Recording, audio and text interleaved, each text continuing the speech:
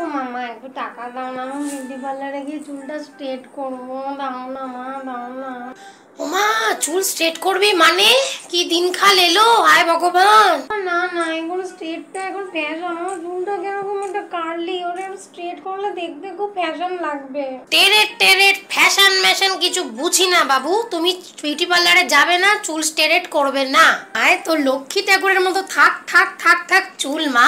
আয় মা, একটু তেল দিয়ে ফিতে দিয়ে বেঁধে দিয়ে আয়। তোর বাবা আমার এক ডাল চুল দেখে আমার বিয়েতে মত দিয়েছে।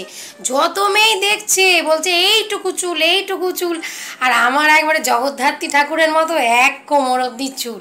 এই চুল দেখে তোর বাবা আমাকে এই বাড়িতে নিয়ে এসছে জানিস। আয় মা আয়, ভালো করে। দূর, আমার ভালো লাগছে না, দূর। কিসব বলে না, স্টেরেট টেরেট চুল ভাল লাগে?